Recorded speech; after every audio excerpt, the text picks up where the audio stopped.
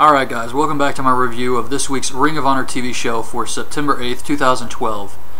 Before I talk about the TV show though, there was something else from Caged Hostility that I thought was pretty funny. There were these guys in the crowd who had signs where they could write stuff and then erase it and put some other things. And there was a guy who had one in the aisle across from me.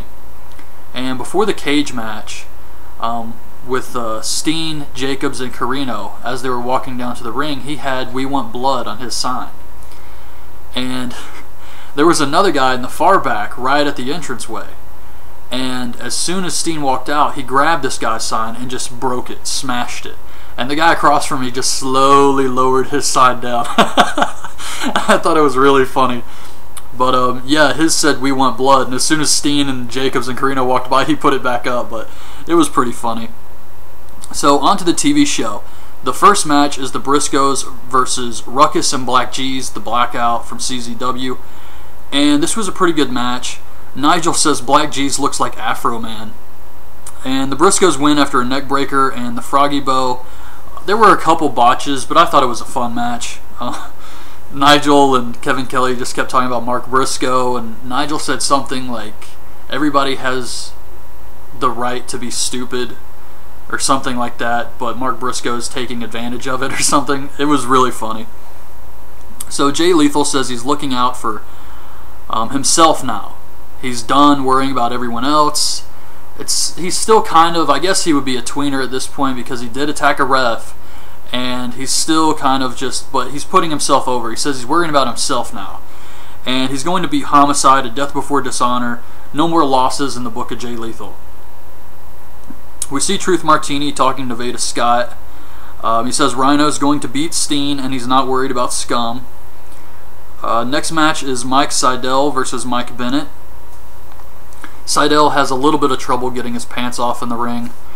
Brutal Bob's on commentary. He was pretty good on commentary. Nigel says quit talking in ragtime, which he was doing. And Bennett goes for the pile driver, but it's banned, so Sinclair stops him.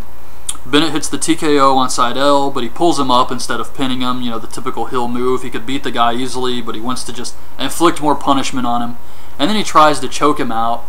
And while he's doing this, Mike Mondo runs down, and he kisses Maria. Bennett sees this. He starts chasing him all around the ring, and he chases him to the back, so he loses by countout. Mike Seidel actually goes over here. Then we get Mike Posey versus Tommaso Ciampa with the Barrister R.D. Evans on commentary. Barrister says he took all of Prince Nana's money, so he is dirt poor now. Ciampa wins with a Project Ciampa. Nana shows up at the end. He attacks R.D. Evans. Ciampa comes and chases him away. I don't know what this is leading to. I guess maybe a Barrister R.D. Evans versus Prince Nana match at Final Battle or Glory by Honor, something like that. Because they keep doing it, and it's got to lead somewhere. Charlie Haas says that Shelton will be in his corner at Death Before Dishonor. Rhett Titus says he doesn't trust Shelton and will be watching him. They recap the Jay Lethal angle where he's taking out the ref. He cuts a promo saying he's motivated to win the title. He will whip Homicide's ass to prove it.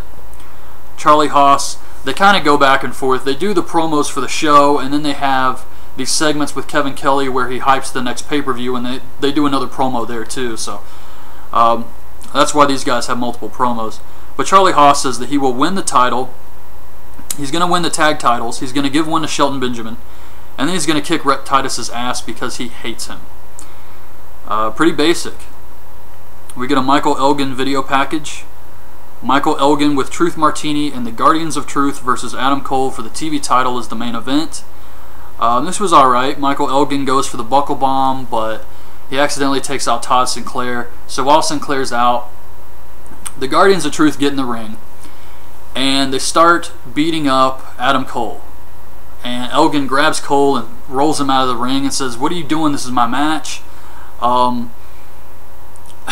So Kevin Steen comes out, and then he starts fighting with Elgin. And then Rhino comes out and starts fighting with Kevin Steen. And then Roderick Strong finally comes out and gets into a shoving match with Michael Elgin. I don't really know when they're going to do this. It's going to happen, but this Roderick Strong, Michael Elgin stuff's been going on for a while now, and it's still just shoving each other. They really got to do something, maybe at Death Before Dishonor. They're finally going to do something with these two and set up them fighting each other finally. So I don't know, it feels like this has been going on for a really long time now.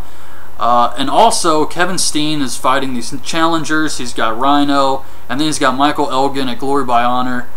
And then, of course, he's going to have to fight Jay Lethal at some point with the way things are going there. But I think, just from the way things are, if I had to guess, I would say a final battle. It's going to be Kevin Steen versus El Generico. They're going to bring in the guy who took Steen out the first time. Cornette's going to need someone. Steen's had the belt for far too long. He's ruining Ring of Honor, and we have to have someone stop him. So we're going to get the guy who took out Steen in the first place, El Generico. That's just what I think is going to happen at Final Battle. But we'll see. I'll be back with my predictions for Death Before Dishonor coming up soon, and then, of course, my review of TNA No Surrender tonight. So hope you guys like this video. Leave your thoughts on this week's episode of Ring of Honor in the comments below, and thanks for watching. Bye.